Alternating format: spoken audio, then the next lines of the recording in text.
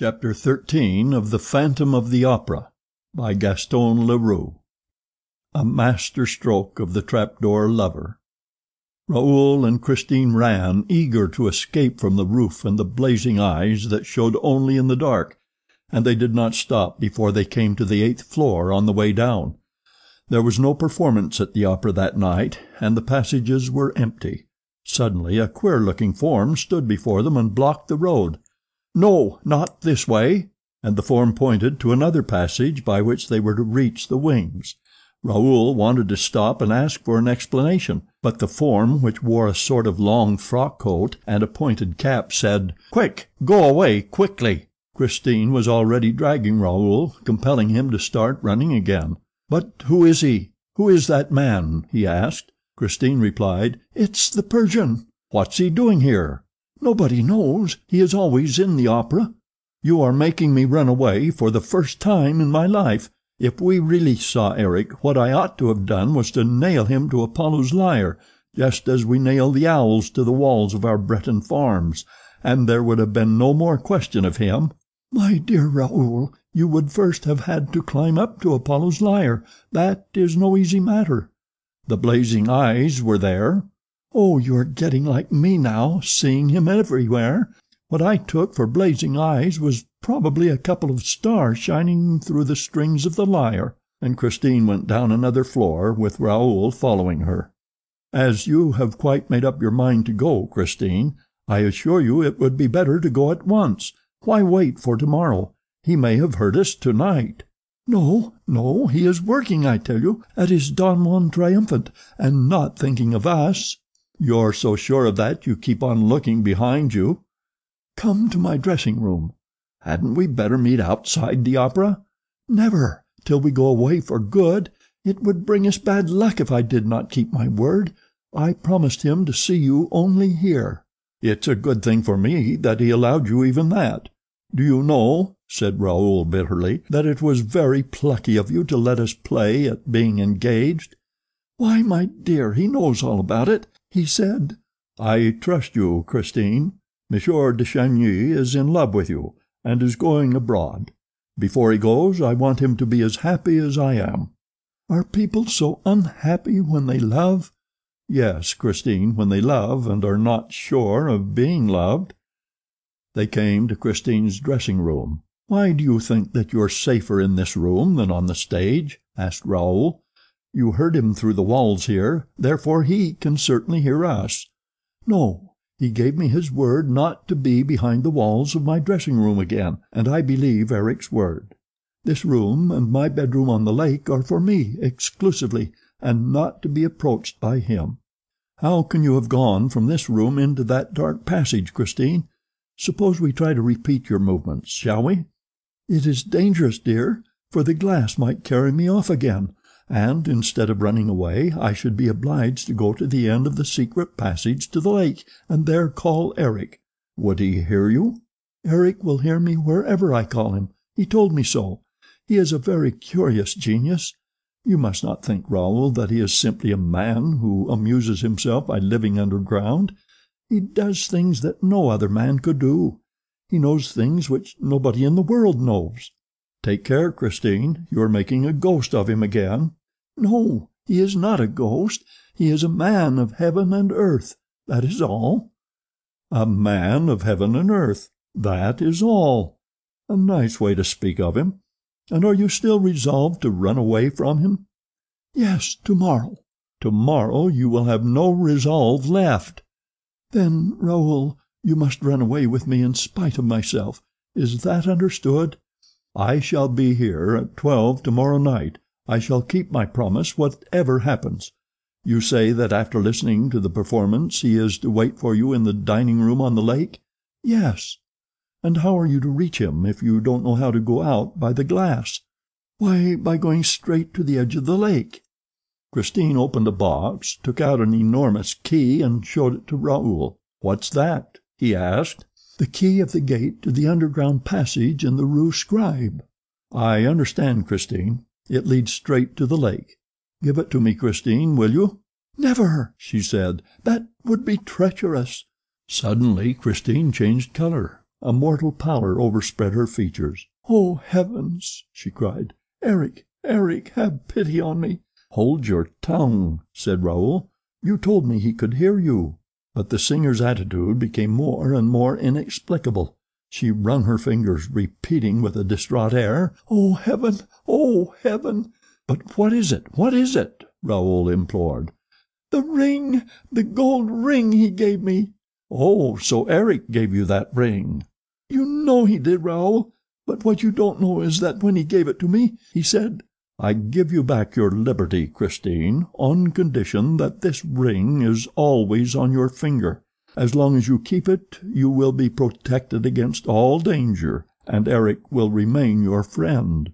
But woe to you if you ever part with it, for Eric will have his revenge.'" "My dear, the ring is gone. Woe to us both." They both looked for the ring, but could not find it. Christine refused to be pacified. "It was while I gave you that kiss up above under Apollo's lyre," she said. "The ring must have slipped from my finger and dropped into the street. We can never find it. And what misfortunes are in store for us now. Oh, to run away!" "Let us run away at once," Raoul insisted once more. She hesitated. He thought that she was going to say yes. Then her bright pupils became dimmed and she said, "No, tomorrow," and she left him hurriedly, still wringing and rubbing her fingers as though she hoped to bring the ring back like that. Raoul went home, greatly perturbed at all that he had heard. "If I don't save her from the hands of that humbug," he said aloud as he went to bed, "she is lost, but I shall save her." He put out his lamp and felt a need to insult Eric in the dark. Thrice over he shouted, "Humbug! Humbug! Humbug!" But suddenly he raised himself on his elbow. A cold sweat poured from his temples. Two eyes like blazing coals had appeared at the foot of his bed. They stared at him fixedly, terribly in the darkness of the night. Raoul was no coward, and yet he trembled. He put out a groping, hesitating hand toward the table by his bedside. He found the matches and lit his candle. The eyes disappeared. Still uneasy in his mind, he thought to himself, "She told me that his eyes only showed in the dark. His eyes have disappeared in the light, but he may be there still." And he rose, hunted about, went round the room. He looked under his bed like a child. Then he thought himself absurd, got into bed again and blew out the candle. The eyes reappeared. He sat up and stared back at them with all the courage he possessed. Then he cried, "Is that you, Eric? Man, genius, or ghost? Is it you?" He reflected, if it's he, he's on the balcony. Then he ran to the chest of drawers and groped for his revolver. He opened the balcony window, looked out, saw nothing, and closed the window again. He went back to bed, shivering, for the night was cold, and put the revolver on the table within his reach. The eyes were still there, at the foot of the bed. Were they between the bed and the window pane, or behind the pane, that is to say, on the balcony? That was what Raoul wanted to know. He also wanted to know if those eyes belonged to a human being. He wanted to know everything. Then patiently he seized his revolver and took aim. He aimed a little above the two eyes. Surely if they were eyes, and if above those two eyes there was a forehead, and if Raoul was not too clumsy— The shot made a terrible din amid the silence of the slumbering house, and while footsteps came hurrying along the passages, Raoul sat up with outstretched arm, ready to fire again if need be. This time the two eyes had disappeared. Servants appeared, carrying lights. Count Philippe, terribly anxious. "What is it?" "I think I have been dreaming," replied the young man. "I fired at two stars that kept me from sleeping." "You're raving. Are you ill? For heaven's sake, tell me, Raoul, what happened?" And the Count seized hold of the revolver. No, I'm not raving. Besides, we shall soon see." He got out of bed, put on a dressing gown and slippers, took a light from the hands of a servant, and opening the window stepped out on the balcony. The Count saw that the window had been pierced by a bullet at a man's height. Raoul was leaning over the balcony with his candle. "Aha!" he said. "Blood! Blood! Here! There! More blood! That's a good thing. A ghost who bleeds is less dangerous," he grinned. "Raoul! Raoul! Raoul!" The Count was shaking him as though he were trying to waken a sleepwalker. "But, my dear brother, I'm not asleep," Raoul protested impatiently. "You can see the blood for yourself. I thought I had been dreaming and firing at 2 stars. It was Eric's eyes, and here is his blood. After all, perhaps I was wrong to shoot, and Christine is quite capable of never forgiving me. All this would not have happened if I had drawn the curtains before going to bed. Raoul, have you suddenly gone mad? Wake up! What? Still? You would do better to help me find Eric, for after all a ghost who bleeds can always be found." The Count's valet said, "That is so, sir. There is blood on the balcony." The other manservant brought a lamp, by the light of which they examined the balcony carefully. The marks of blood followed the rail till they reached a gutter spout. Then they went up the gutter spout. "My dear fellow," said Count Philippe, "you have fired at a cat." "The misfortune is," said Raoul with a grin, "that it's quite possible. With Eric you never know. Is it Eric? Is it the cat? Is it the ghost? No, with Eric you can't tell." Raoul went on making this strange sort of remarks, which corresponded so intimately and logically with the preoccupation of his brain, and which at the same time tended to persuade many people that his mind was unhinged. The Count himself was seized with this idea, and later the examining magistrate, on receiving the report of the commissary of police, came to the same conclusion. "Who is Eric?" asked the Count, pressing his brother's hand. "He is my rival, and if he's not dead it's a pity." He dismissed the servants with a wave of the hand, and the 2 Chagnys were left alone. But the men were not out of earshot before the Count's valet heard Raoul say, distinctly and emphatically, "I shall carry off Christine Daae tonight." This phrase was afterward repeated to Monsieur Fora, the examining magistrate. But no one ever knew exactly what passed between the 2 brothers at this interview. The servants declared that this was not their first quarrel. Their voices penetrated the wall, and it was always an actress called Christine Daae that was in question.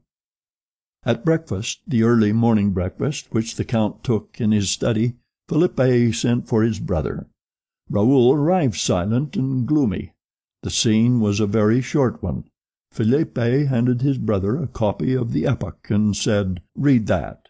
The Viscount read, "The latest news in the faubourg is that there is a promise of marriage between Mademoiselle Christine Daae, the opera singer, and Monsieur le Comte Raoul de Chagny. If the gossips are to be credited, Count Philippe has sworn that for the first time on record the Chagnys shall not keep their promise. But as love is all-powerful, at the opera as, and even more than elsewhere, we wonder how Count Philippe intends to prevent the Viscount, his brother, from leading the new Margarita to the altar.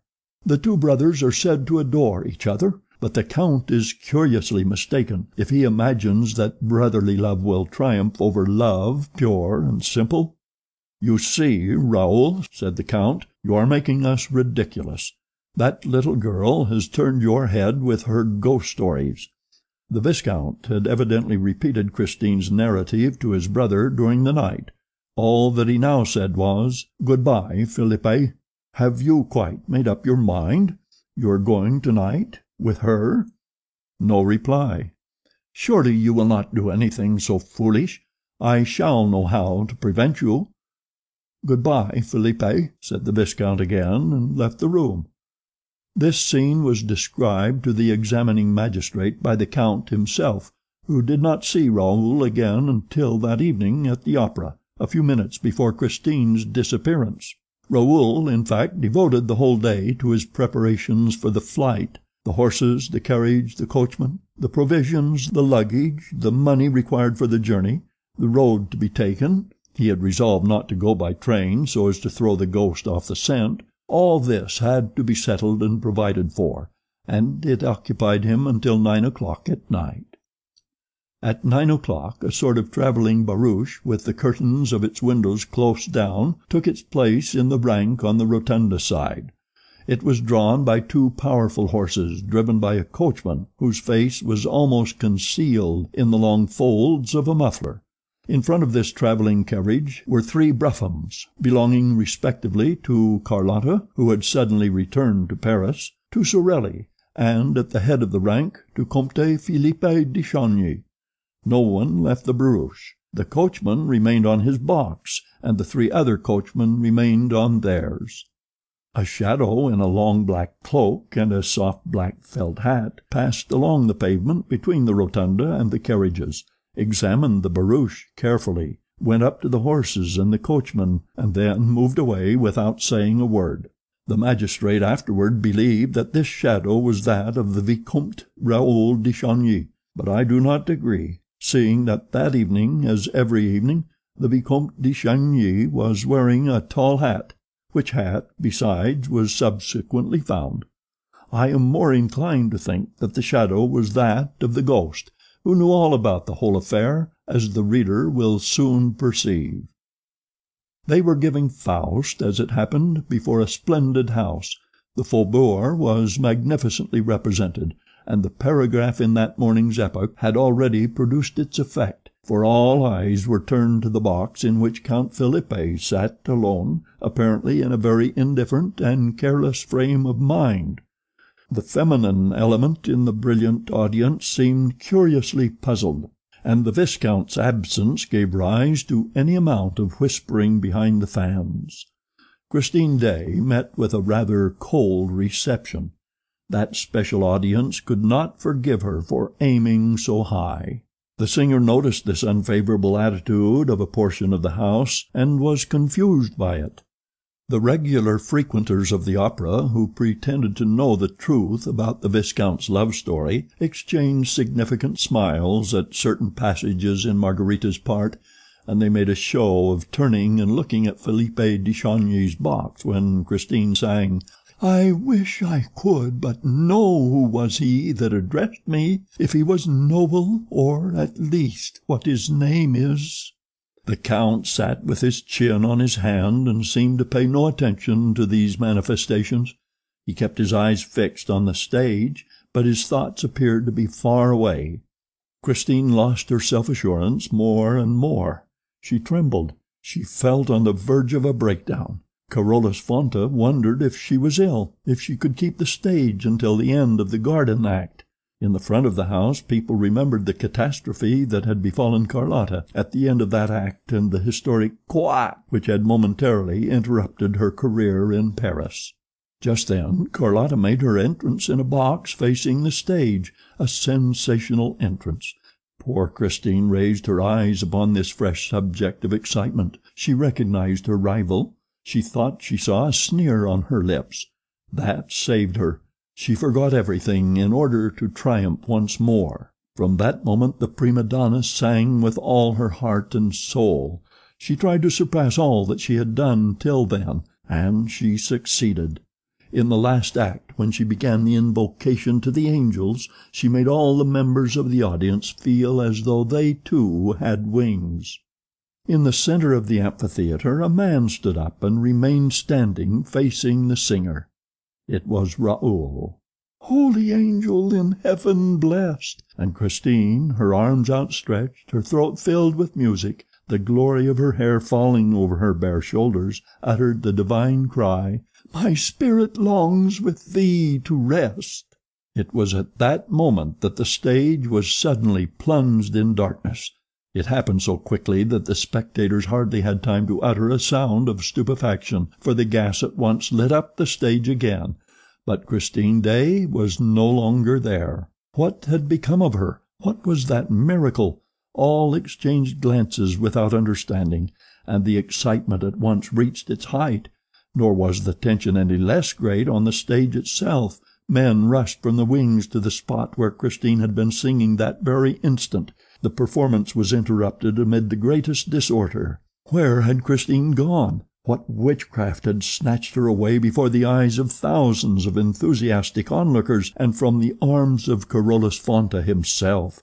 It was as though the angels had really carried her up to rest. Raoul, still standing up in the amphitheater, had uttered a cry. Count Philippe had sprung to his feet in his box. People looked at the stage, at the Count, at Raoul.